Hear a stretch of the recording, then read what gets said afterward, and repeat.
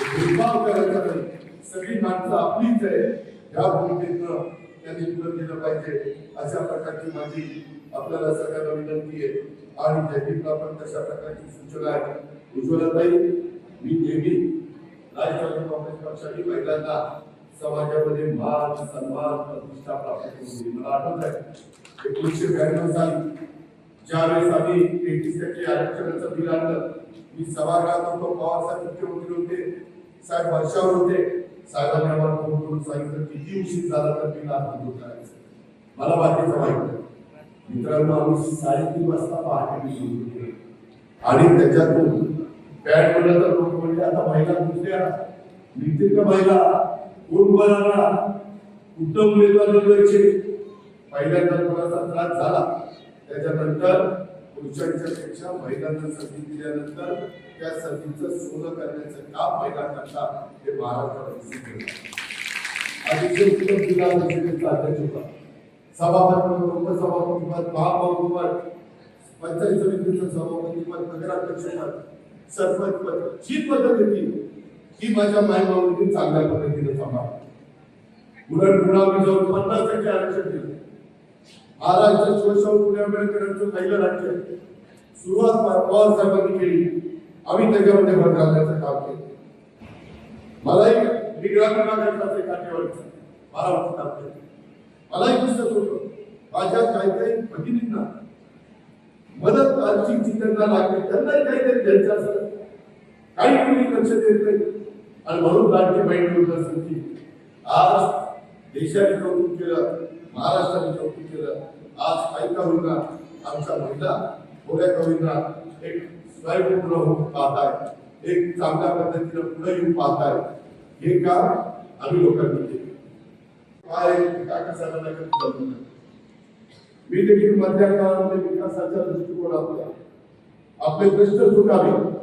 आता राजकारणी देखील आमदार काय मिळालं की मी निवडून आलो, 1 वर्ष झालं, पण 5 कोटीच्या आमदार निधीपेक्षा जास्त निधी मला मिळत नाही.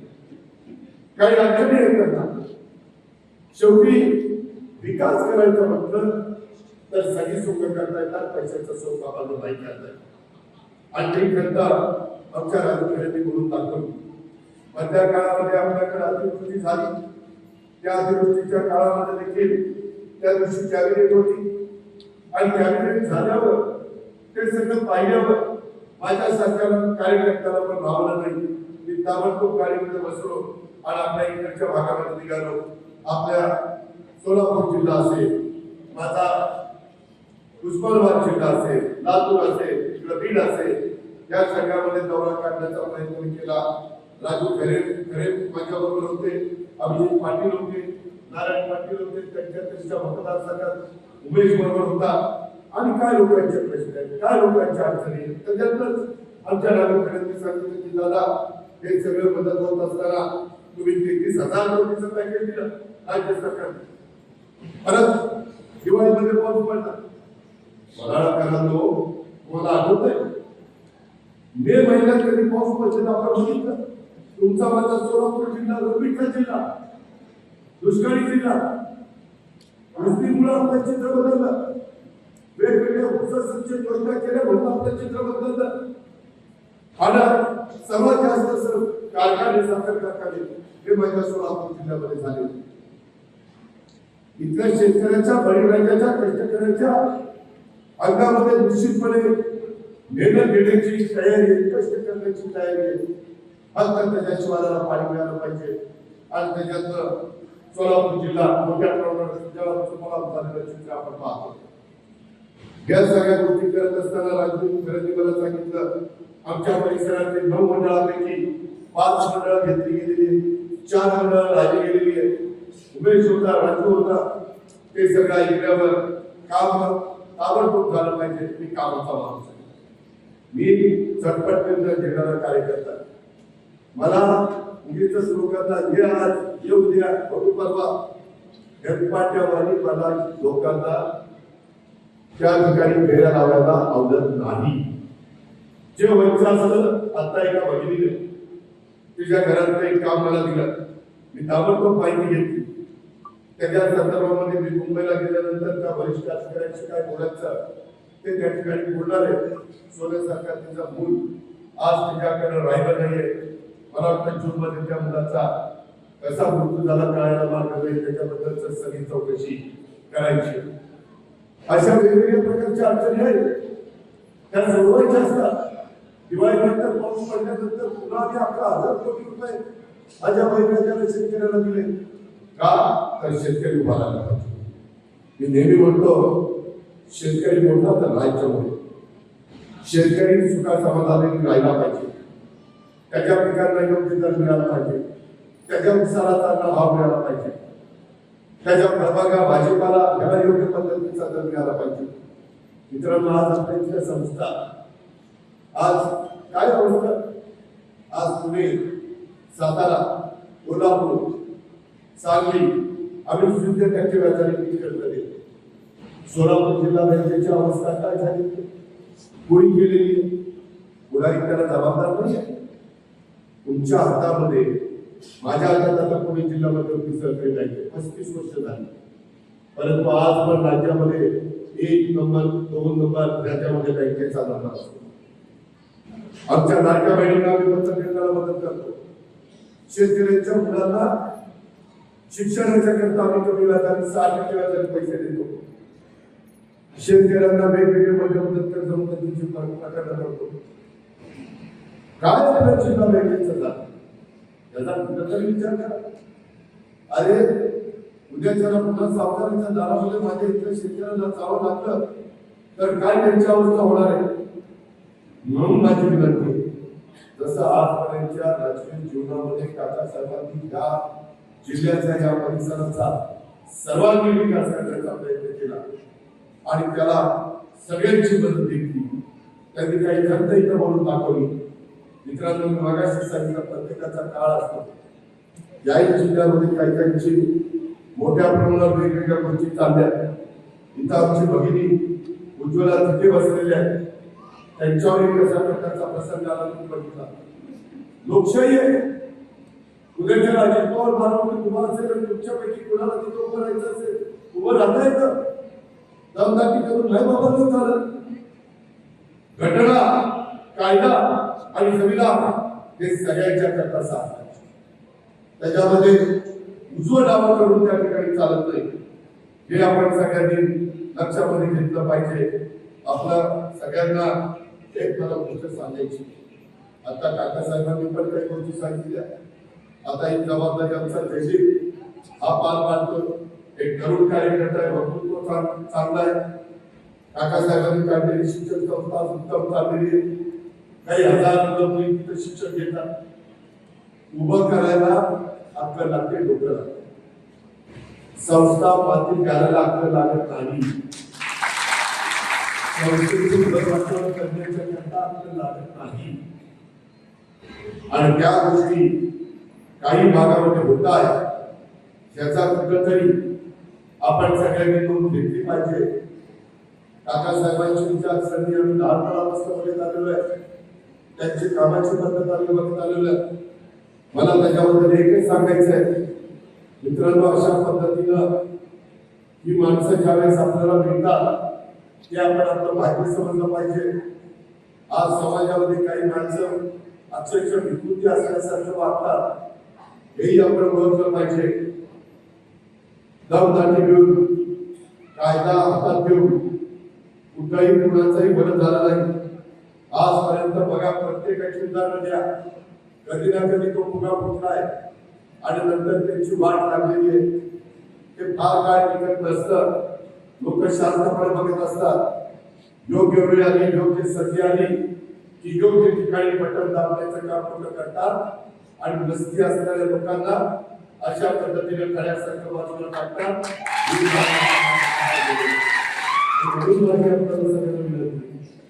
का सध्या ग्लोबल वॉर्मिंगचं संकट आहे. अतिशय मोठ्या प्रमाणावर आताच नदीच्या एका ठिकाणी ज्वालामुखी मोठा झाला. घोड्याचे लोक काही किलोमीटर तिथली विमानं बंद केली. तिथलं वातावरण बदललंय. तिथल्या लोकांना श्वासोश्वास घेता येत नाही. बाबांनो, आपल्या शिवशाहू फुले आंबेडकरांनी या महापुरुषांनी या महाविभूतींनी जी काही आपल्याला एक चांगल्या पद्धतीनं एक विचार मांडलेला आहे तो विचार अजिबात सोडता कामा नये. हे नवीन कार्यकर्ते पण जयदीप असेल किंवा इतर कार्यकर्ते असतील त्यांची पण आपण योग्य पद्धतीनं त्यांचं सहकार्य घेतलं पाहिजे. त्यांनी पण साधू संतांनी जो विचार मांडलेला आहे, बाप पांडुरंगांनी जो विचार मांडलेला आहे, वारकरी संप्रदायामध्ये जो विचार आहे त्या विचारधाराची कास घेऊनच घालूनच तुम्हाला आपल्याला पुढे जावं लागेल. कुणाचंच भलं झालेलं नाहीये अशा प्रकारची अनेक उदाहरणं आपण सगळ्यांनी त्या बाबतीमध्ये पाहिलेली आहे. मला आपल्याला सगळ्यांना सांगायचंय राज्यकर्त्यांचा देव हा देवालयात नसतात तर ते रस्त्यात असतात. हे स्वामी कादंबरीतील वाक्य आमच्या काकासाहेबांनी तंतोतंत लागू करतात. सत्ता ही उपभोगाची नसते तर ती जनता जनार्दनांच्या सेवेचं माध्यम आहे. हे काकांनी गेले 60 वर्षाच्या प्रवासात सिद्ध करून दाखवलेलं आहे. गावाला विद्यार्थ्यांना अध्यात्माची गोडी लागावी यासाठी रामकथा, भागवत कथा, नामसंकीर्तन, सप्ताह उपक्रमांचे त्यांनी आयोजन केलेले आहे.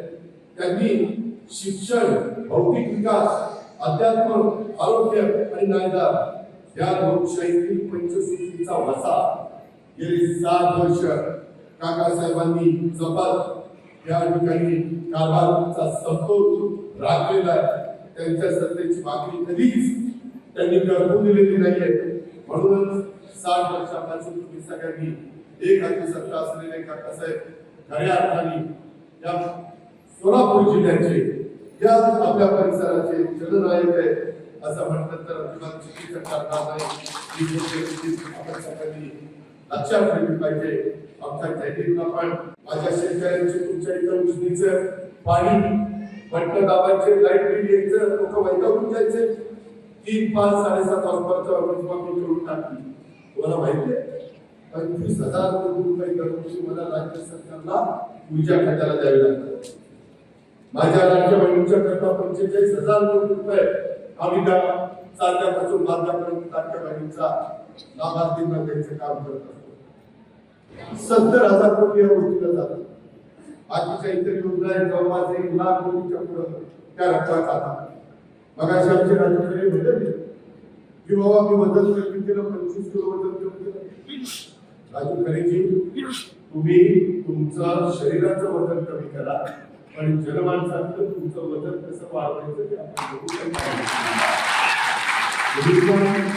आपण मुंबईत आला हे सगळा परिसर आपलाच समजला.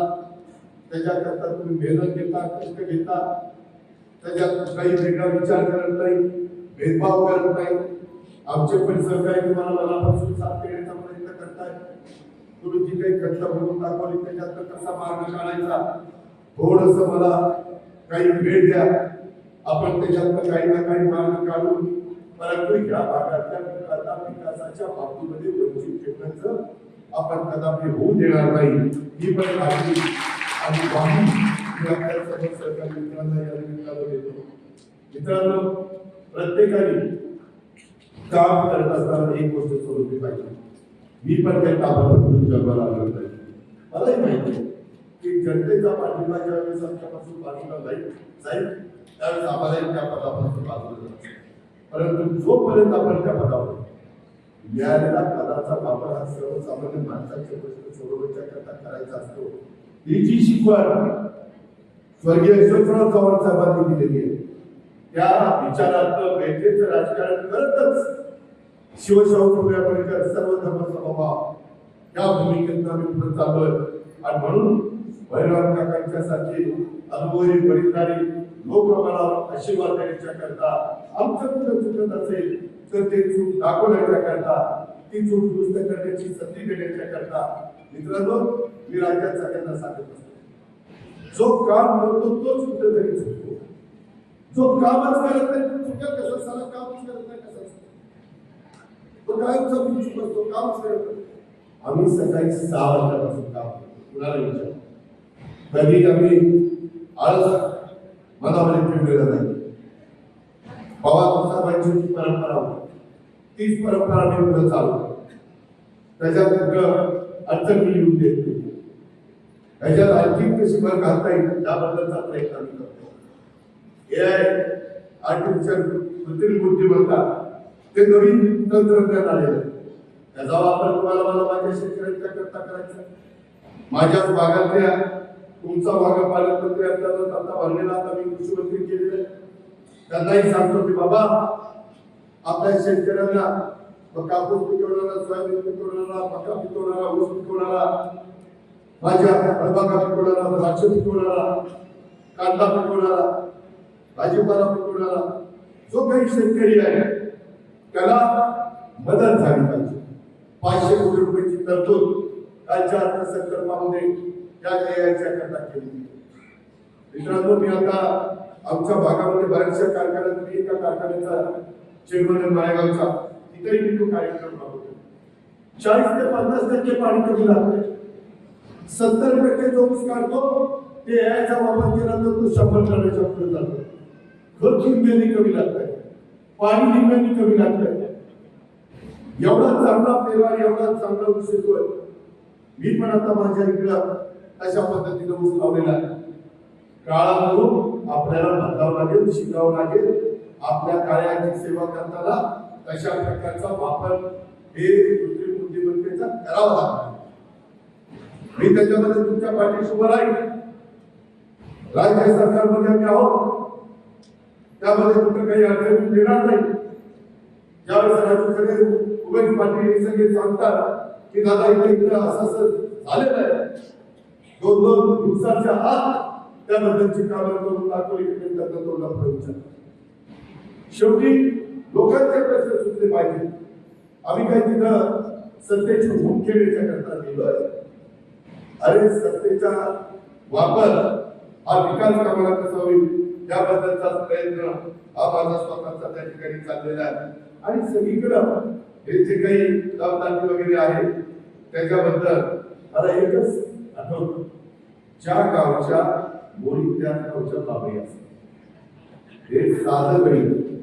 त्याच्यावर मला शाळा समजलं कुणी आरे केले तर दुसऱ्याला कार्यक्रम करता येतो. आरेला कार्यक्रमाची खरोखरी ताकद ही आपल्याला असली पाहिजे. पण हे करताना आपल्याकडनं बोलता कामा आपण कुठं कायदा मोडता कामा नये. संविधानाने जे आपल्याला घालून दिलेलं आहे ते कुठं चूक भूमिका कामा नये. या पद्धतीनं मित्रांनो आपण सगळेजण मिळून काम करूया. मगाशी बोलताना बरंच सांगितलं. आमच्या जयदीपनी पण त्याच्यामध्ये पावसाळ्यामध्ये सांगितलं, काकासाहेबांनी पण सांगितलं, राजू साहेबांनी पण सांगितलं. या सगळ्यांचा अनेक वयामध्ये आज जयदीप एकदम तरुण आहे. मध्यवयीन आमचे राजू खरे आणि आमचा पोलीस पाटील आहे आणि वडीलधारी वयातले आमचे काकासाहेब आहेत. 3 पिढ्यांचं प्रतिनिधित्व हे इथं बसलेले करताय. आणि आपल्याला पुढची पिढी अधिक कर्तृत्वान बनवायची. या माझ्या लाडक्या बहिणी बसल्या, आमची दुसरी लाडकी बहीण तुला तिथे इथं बसते. आम्ही सगळ्या बहिणींना सांगतो, आम्ही सगळ्या बहिणींना भावाच्या नात्यानेच आधार देण्याचं काम करू. कधी त्यांना कुठली अडचण येऊन देणार नाही. तुमचं संरक्षण, तुमची सुरक्षितता, तुमच्या इथं कुठल्याही पद्धतीनं अन्याय होऊन न देण्याची खबरदारी, कायदा सुव्यवस्था तिथं चालणे ठेवायची खबरदारी, या देखील गोष्टी आम्ही निश्चितपणे करून दाखवू.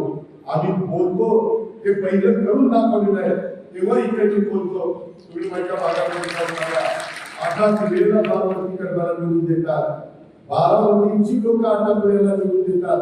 याच्या आधी काहीतरी काम केलं असं म्हणूनच निवडून देतात ना, आणि ते पण नावाच्या फरकाने निवडून देतात.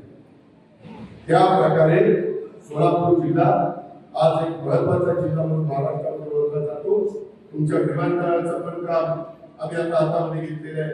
वेगवेगळे नॅशनल हायवे असतील, वेगवेगळे राज्यमार्ग असतील, वेगवेगळे पालखी मार्ग असतील, वेगवेगळे मध्ये घेतलेले प्रकल्प असतील, मध्ये घेतलेले प्रकल्प असतील, या सगळ्या प्रकल्पाला कशा पद्धतीने पाठबळ द्यायचं याकरता मी गंभीरपणे तुमच्या सगळ्यांच्या बरोबर राहील. त्याही बद्दल आपण अजिबात काही काळजी करू नका. उद्या ज्यावेळी जिल्हा परिषद तालुका पंचायतीच्या निवडणुका लागणार आहेत त्यावेळी चांगल्या चांगल्या विचाराची माणसं कशी आपल्याला पुढे आणता येतील, काही त्याच्यामध्ये अनुभव घेतले पाहिजे, काही नव्या जमाचे असले पाहिजे, त्यांनी पण अनुभवांच्या बरोबर शिकलं पाहिजे. पुढे त्यांना हे सगळं चालवायचंय. आता पण अनेक नगरपालिकेची लोक काकासाहेबांच्या भेटीला भेटायला आली होती. त्या माझ्या भगिनी, त्या आमच्या मुली, त्या आमच्या मायमावली, ती आमचे बांधव, त्यांना पण मी समजून सांगायचं काम केलेलं आहे. सगळीकडे माझ्यासारख्या कार्यकर्त्याला प्रचार सभांना जाता येणार नाही, पण जेवढ्या ठिकाणी जास्तीत जास्त जाता येईल. मला मुद्दामून खरं तर मी आता मतदानापर्यंत फक्त राजकीय सभा घ्यायच्या, फक्त प्रचाराच्या सभा घ्यायच्या ठरवलेलं होतं. पण ज्यावेळेस काकासाहेबांनी मला होकार दिला, ठीक आहे अजित तू सांगतो तर मी त्या राष्ट्रवादीच्या संदर्भातली जबाबदारी या ठिकाणी स्वीकारतो, त्या पक्षाला एक चांगल्या प्रकारचं मार्गदर्शन आशीर्वाद देण्याचं काम करतो. त्यावेळेस काकासाहेबांच्या सारखी व्यक्ती ज्यावेळेस इथं आपल्या बरोबर येते त्यावेळेस आपण एक सभा दुसरीकडची कमी झाली तरी चालेल, पण बनायला गेलं पाहिजे. म्हणून फुलवाडीला जातोय, त्याच्यानंतर सातारा जिल्ह्यात जातोय, त्याच्यानंतर पुणे जिल्ह्यामध्ये जातोय. असे माझे दौरे आहेत. तुम्ही आजपर्यंत जसं काकासाहेबांना साथ दिली, काकासाहेबांच्या बरोबर मजबूतीने उभा राहिला, तसं माझ्यासारख्या देखील कार्यकर्त्यांच्या पाठीशी आपण सगळ्यांनी मजबूतीने उभं राहून अशा प्रकारचं आव्हान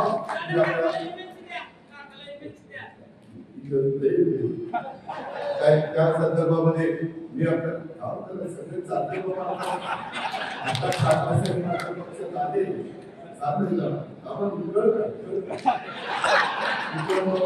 या सगळ्या संदर्भामध्ये आज खूप ताकदीचे तरुण मुलं पण आली, वडीलधारी पण आले, माझ्या माय माऊली पण आल्या, आमच्या उज्ज्वलताच्या आल्या. सगळ्यांना कुठल्याही पद्धतीनं आपण एकमेकांचा मान सन्मान सर्वांचा ठेवायचं काम करू. कुठेही अनादराची भावना आमच्यासारख्या कार्यकर्त्यांची राहणार नाही. ती शिकवण आम्हाला नाही. शिवशाहू फुले आंबेडकरांच्या मनात नाही, शिवशाहू फुले आंबेडकरांच्या मनात ते साक्षी देत नाहीये. आणि त्याच्यामुळं जातीने सर्व काही ठेवू, समाज जोडून देण्याचा प्रयत्न करू. समाजातल्या शेवटच्या माणसाला, शेवटचा जो कोणी माणूस असेल त्याला देखील आपल्या बरोबर घेण्याचा प्रयत्न करू. या पद्धतीने काकासाहेब आपण पुढे जाऊ.